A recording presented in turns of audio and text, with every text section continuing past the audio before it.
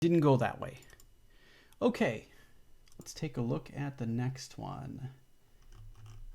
Oh, do you not... It only likes to do one at a time?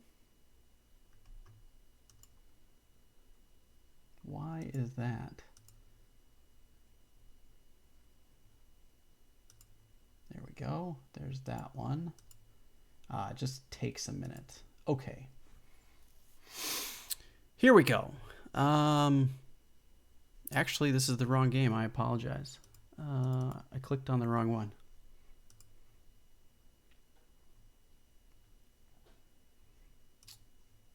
So I do have to wait for this to update that it shows. All right, there's that one. And all right, round two. Round two. I played a gentleman named Robert Israel. Interesting fellow. He wore a leather jacket, like a motorcycle jacket, the whole time. Never took it off. The whole tournament, he kept it on the whole time. Well, he's probably, it was kind of cold in there, so I don't blame him. But all right, let's flip this around. I'm white. I get a King's English or a Botvinnik in English, and I get the Botvinnik system, which is nice. Always great to see. And I was pretty happy to see some King's Indian lines. I like to play against the King's Indian defense. I'm familiar with these lines. I like these lines, and I can understand a lot of the things that is happening. He played this much differently than most King's Indian defense players. A lot of King's Indian defense players, I was expecting d5 right away, which is typically what people do, or they play d6 with the idea of knight back to f8 and playing f5. Those are a lot of the ideas. But he didn't do any of those things. He played a6, so he wants to play on the queen side. I said, well, okay, I'll take the free tempo.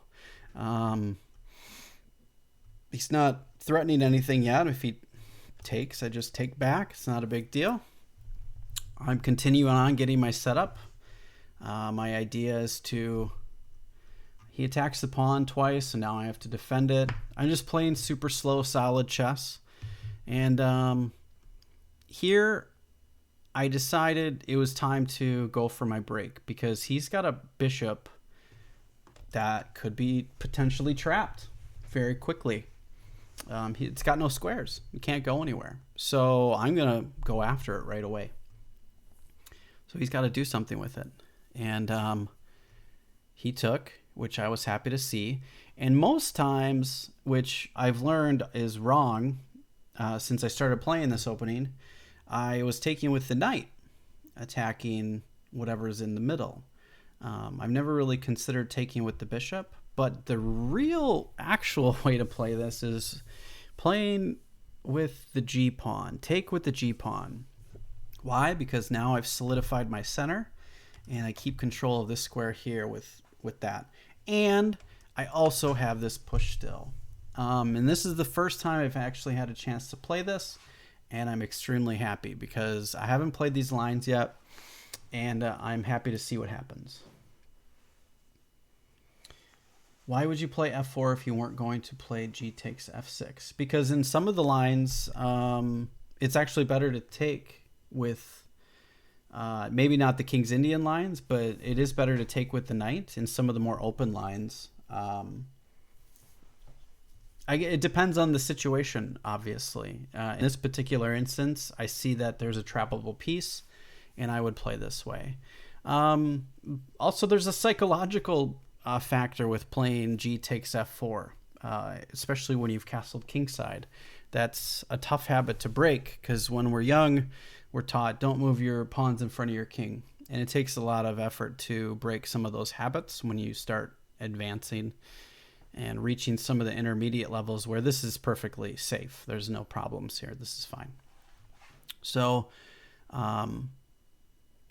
this was a blunder. He allows me to trap the piece, but there is a discovery that I have to deal with, but he still has to deal with this piece. Um, if there are takes, exchanges, and this opens up, my bishop was potentially on pre. So I said, you know what? I'm just going to play solid here. I still have the ability to trap the piece. I like my position. I'm in a good spot. And he didn't try to alleviate the problem, and I get my piece in. So I'm feeling pretty good about my position. He takes, I take back, and he attacks my knight. His bishop is still being attacked, so I just have to move it. Moving backwards just didn't seem like a good idea. And now I'm keeping real control of this square here, which is really nice. I can always bring this in later. And now I get my piece. And rook takes e6 was a nice move.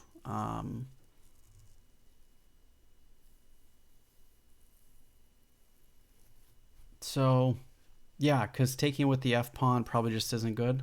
When I was during the game, I was thinking, oh, you could just take with the f-pawn, but when I looked at it, it doesn't look awesome. It looks pretty bad because now you've got this fork here. You're gonna win one of these, so it's just getting worse. So you can't do that. And yeah, rook e6 seems to be the best.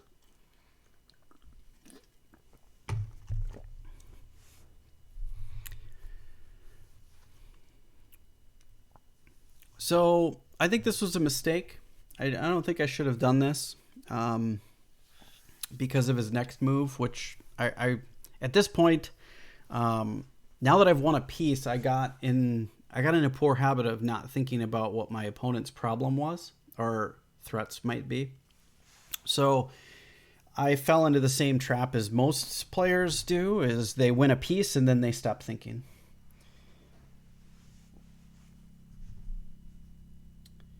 Wait, why is knight d4 still not strong there? Right here? In this particular instance, on what move? It still might be okay. I think we're all right. I don't think it's amazing, but I wouldn't say it's strong.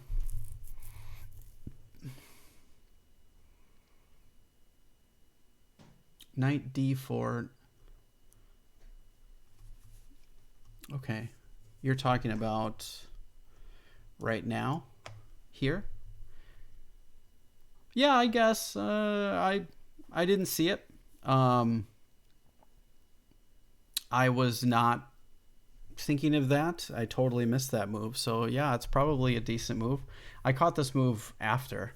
Yeah, it's a good move, obviously, and you'll see why it comes into play in a minute. But I was expecting some trades, some potential trades here. So I didn't want to be left with this bishop getting, he's got the threat right now is for him to come here. So me coming here would be met with the knight attacking here, and I have to move or take, and I just didn't like any of that stuff.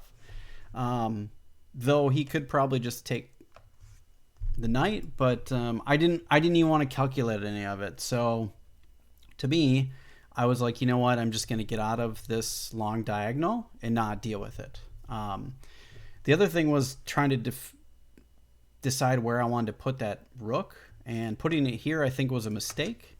I was afraid of putting it on e1 because the bishop could come here with, some sort of skewer that obviously it was not possible with these two covering it. So yeah, it should have gone to e1, I think, protecting the bishop, and then I could have just moved my knight. But yeah, he came up with a really good move here, because now I'm stuck. I have to do something. I have a problem. If I move the bishop out of the way, he wins the knight with checks. If I don't move it, he wins the bishop. So I have some problems. And I sat and thought, because I was like, shoot, I just won this piece and now I might have to give it back. Now what?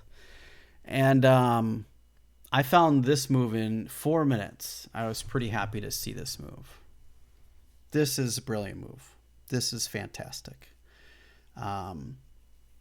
Because if he takes knight to f5, forking, that's just devastating. And it's pretty much game over at that point. Yeah, exactly.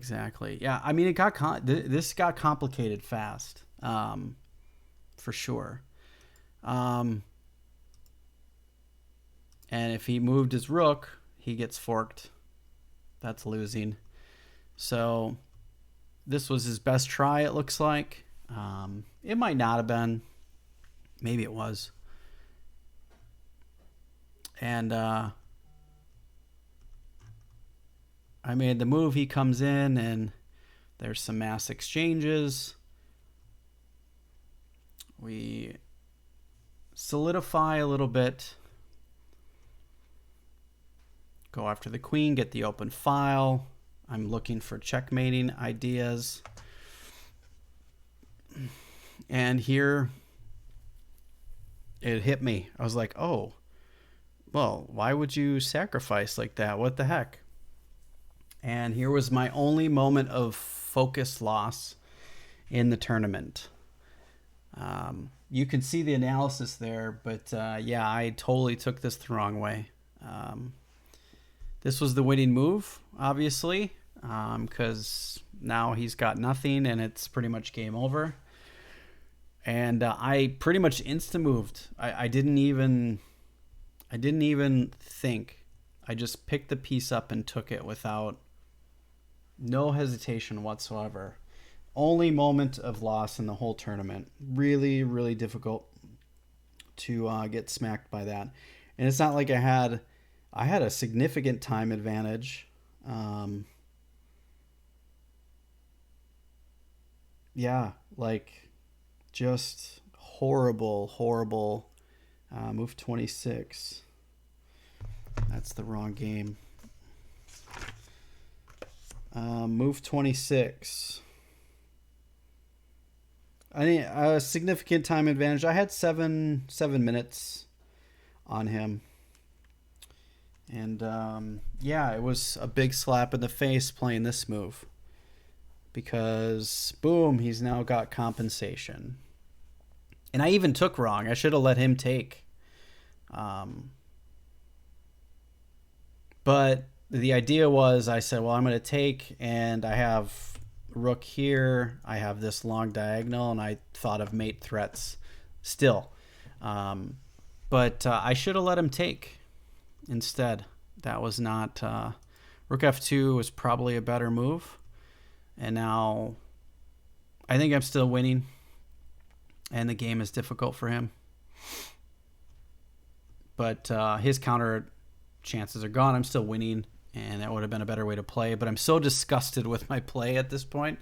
I'm really pissed off. Like, this is a flip the table type of move. Yeah, I was pretty irritated with myself on this one. And there's not much to show on the rest of this one. I allowed him back in. At this point, I'm just irritated and not really. I've lost focus and pretty much let him get back in the game. And we took a draw. I did try to think about getting back here, but I think any of these types of things would have been met with maybe a discovery.